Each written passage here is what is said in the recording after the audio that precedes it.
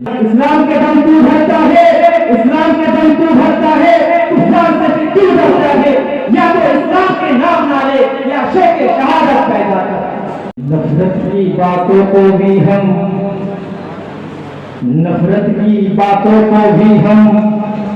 بڑے پیار سے سہتے ہیں، نفرت کی باتوں کو بھی ہم بڑے پیار سے سہتے ہیں۔ یہ وہ دیش ہے میری جان جسے ہندوستان کہتے ہیں۔ نہ پوچھو زمانے سے کہ کیا ہماری کہانی ہے، ہماری پہچان تو صرف یہ ہے کہ ہم ہندوستانی ہیں۔ الحمدللہ وکفی وسلام علی عباده الذین اصطفی، اما بعد فأعوذ بالله من الشيطان الرجيم، بسم الله الرحمن الرحيم، ولا تهنوا ولا تحزنوا وأنتم الأعلون إن كنتم مؤمنين، صدق الله العظيم۔ پریزیڈنٹ آف جامعہ رحمانیہ کے صدر مفتی عبدالقیوم صاحب حفظہ اللہ، قابل احترام جامعہ رحمانیہ کے معزز اساتذہ کرام اور میرے سامنے بیٹھے ہوئے جامعہ رحمانیہ کے عزیز طلبہ اعزاز، سب سے پہلے آپ سب کو میری دل کی گہرائی سے پیار و محبت بھری سلام، السلام علیکم ورحمۃ اللہ وبرکاتہ۔ نوجوان اور بہادر ساتھیوں، ہم تمام لوگ آج ہندوستان کی 78ویں یوم آزادی کی خوشیاں منانے کے لیے یہاں پر اکٹھا ہوئے ہیں۔ یہ ہم تمام لوگوں کے لیے بے حد خوشی اور مسرت کی بات ہے، کیونکہ ہمارا دیش ہندوستان سن 1757 سے لے کر 1947 تک پورے 190 سال انگریزوں کی غلامی میں رہا۔ اسی غلامی سے آزادی دلانے کے لیے ہمارے بزرگوں نے، ہمارے اکابر نے، ہمارے اس دیش کے علماء نے اپنے سر کو کٹوا کر گردان کو پھانسی کے پھندے میں لٹکا کر 15 اگست 1947 میں ہندوستان کو، اس ملک کو آزادی دلائی۔ لیکن آج بڑی افسوس کی بات ہے، بڑی دکھ کی بات ہے کہ جو لوگ انگریزوں کی غلامی کیا کرتے تھے، ان کے تلوے چاٹا کرتے تھے، انگریزوں کی گھوڑوں کی مالشیں کیا کرتے تھے، آج انہی لوگوں نے ہم سے ہماری دیش بھکتی کی سرود مانگتے ہیں، وفاداری کی سرود مانگتے ہیں۔ ارے ہم ان سے یہ کہنا چاہتے ہیں کہ نفرتوں کے نام سے بھی ہم تبسم کرتے ہیں، کہ نفرتوں کے نام سے بھی ہم تبسم کرتے ہیں اور محبت کے ساتھ ہم تکلم کرتے ہیں۔ وہ وطن سے وفاداری کا سرود مانگتے ہیں، وہ وطن سے وفاداری کا سرود مانگتے ہیں۔ ارے ہم تک وطن کی مٹی سے تیمم کرتے ہیں۔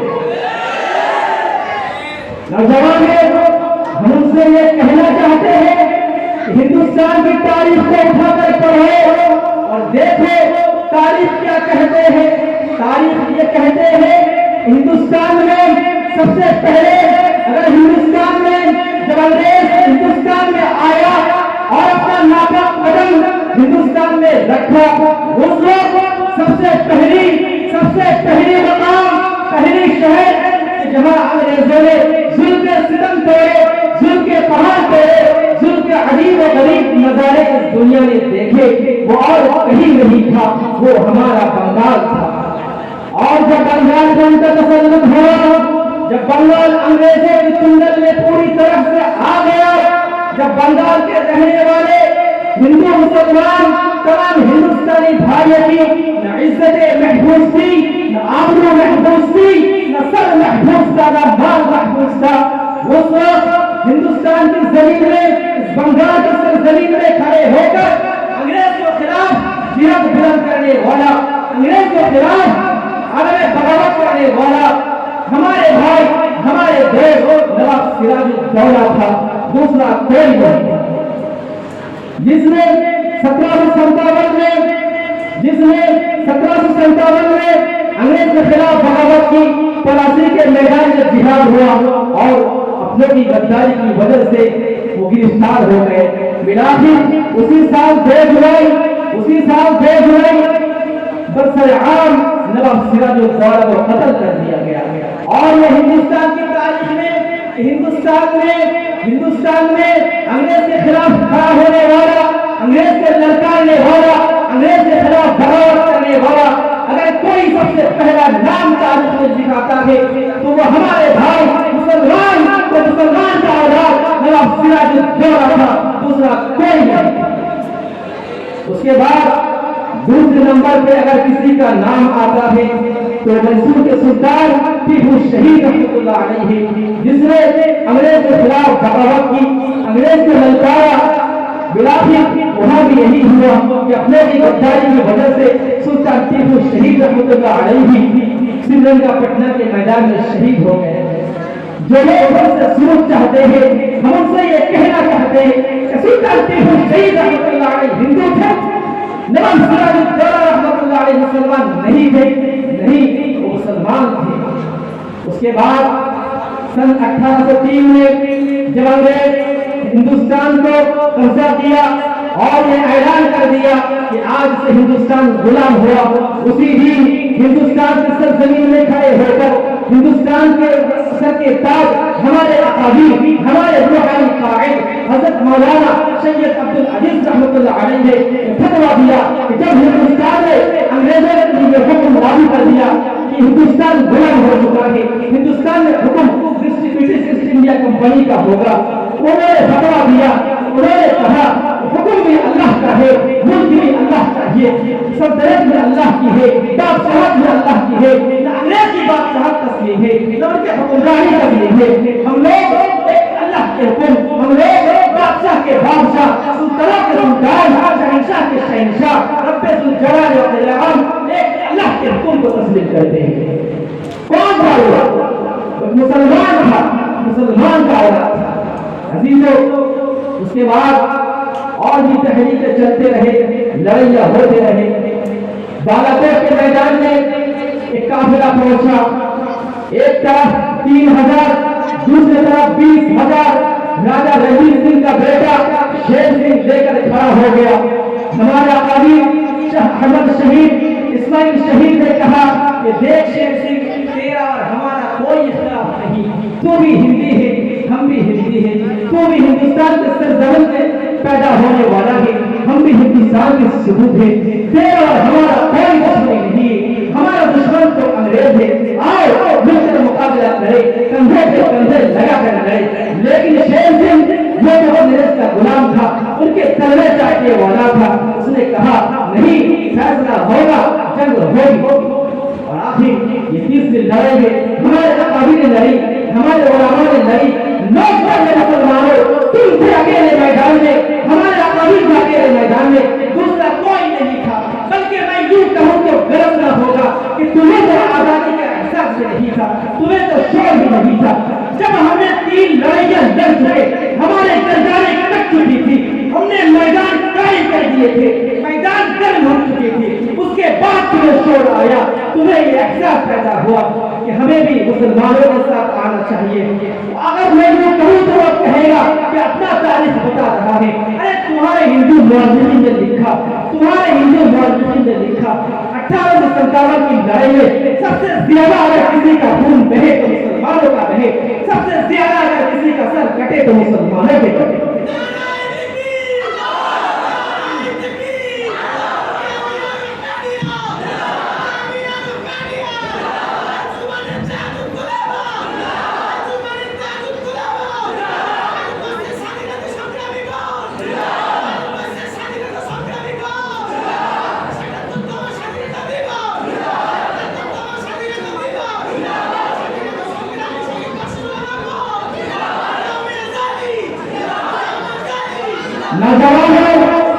اس کے بعد